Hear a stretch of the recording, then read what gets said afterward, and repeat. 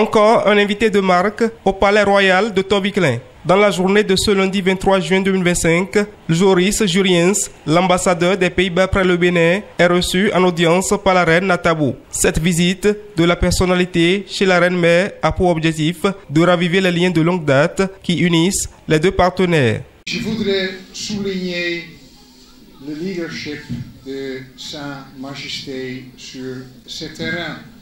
Je voudrais remercier Sa Majesté pour la collaboration qu'on a et en particulier sur le terrain de la position et droit des veuves.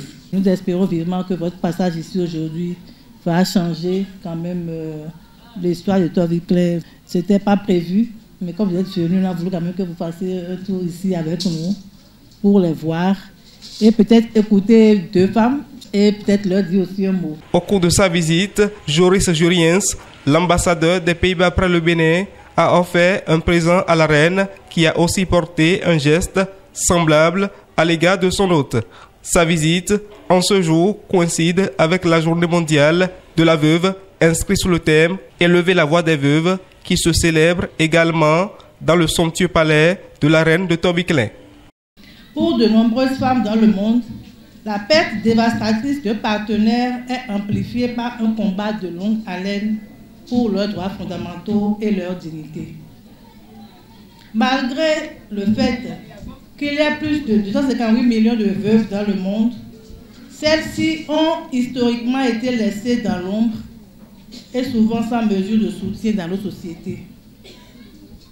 Les veuves se voient dans l'extrême pauvreté, souvent refusées de leurs droits de succession ou confisquer leurs biens après la mort de leur conjoint.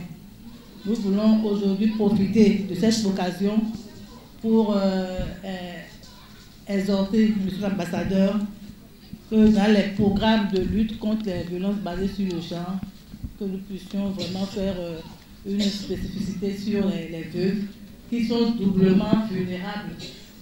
Lourdement empoignées par le destin, ces femmes veuves, désormais à la risée de tous, trouvent enfin un creuset pour exprimer quelques mots depuis tant d'années de souffrance. Leurs propos, qui exposent le calvaire auquel elles sont soumises, a de toute évidence attiré l'attention de nombreuses personnes qui affichent la volonté de leur porter secours. Nous sommes en train de réfléchir par rapport à la situation de ces femmes vulnérables. Quand leur mari est décédé, elles sont dépourvues de tout.